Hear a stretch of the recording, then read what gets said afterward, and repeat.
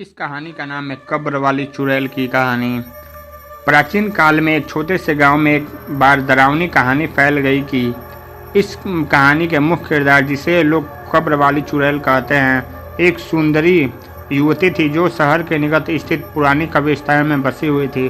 चुड़ैल का नाम था राधा। पड़ोसी लोग कहते थे कि उन्होंने जवानी में खुदकुशी कर ली थी और उसकी आत्मा अब उसी कब्र में घूमती रहती है। यह खबर गांव के हर व्यक्ति को होत पती और उन्हें राधा से डर लगता था।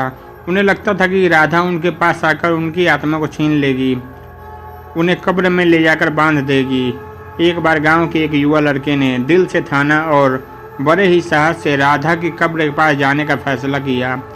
लड़का को यकीन नहीं था कि राधा वास्तव में एक चुड़ैल थी और उसने अनेकों बार देखा कि गांव के लोग उसे बेवकूफ़ बनाते रहते थे। इसी बात को समझने के लिए वह कब्र के अंदर जाने का प्रण लिया। एक रात उसने अपनी बहादुरी दिखाते हुए कब्र के पास जाकर बैठ गया।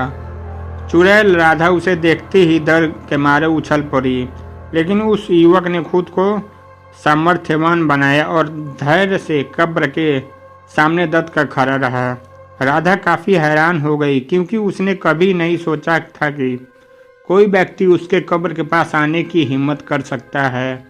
वह लड़का के समर्थ और साहस को देखकर बहुत प्रभावित हुई और उससे पूछा कि तुम मुझसे क्या चाहते हो। युवा ने शांति और सम्मान के साथ कहा, राधा जी, मैं आपके बारे में सभी कहानियों को नहीं मानता। मेरे विश्वास के अनुसार आप एक असाधारण महिला हैं जो अपने जीवन में बहुत कुछ शेयर कर सकती हैं। मैं यहाँ आपसे बात करने आया हूँ, आपके अनुभवों से सीखने और आपकी मदद करने के लिए आया हूँ। राधा ने लड़के के बात को सुनकर बहुत हैरान हुई और धीरे धीरे हंस पड़ी। वह युवा लड़का उसे बेवकूफ़ नहीं समझ रहा था, बल्कि उसकी आत्मा की गहराइयों को समझ रहा था। वे एक गहरे संवाद में रात भर राधा से बातचीत करते रहा। राधा ने अपने जीवन के अनुभवों का खुलासा किया, अपने प्रेम और दुख की कहानियां उस लड़के से बताई।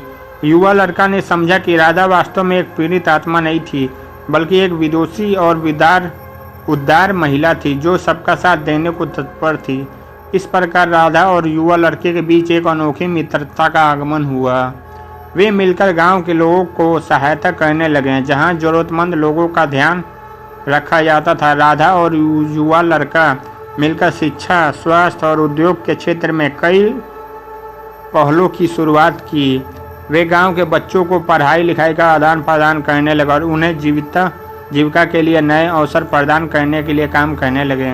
राधा की बदलती सोच और उसके कर्मों ने लोगों की धारणा बदल दी थी।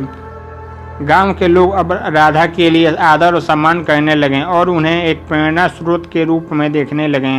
राधा ने अपनी भयंकर चुड़ैल वाली छवि को परिवर्तित कर दिया था और अब वह एक सामाजिक सुधारक बन गई थी। धीरे धीरे गांव के लोग उन्हें देवी की तरह पूजने लगे, उनके मदद के लिए धन सामग्री और सहायता प्रदान करने लगे। राधा की कब्र वाली चुड़ैल की पहले धारणा चली गई, उसकी सच्चाई बाहर आई। आपको यह कहानी सुनकर कैसी लगी कमेंट करके जरूर बताएं, लाइक सब्सक्राइब करें। धन्यवाद।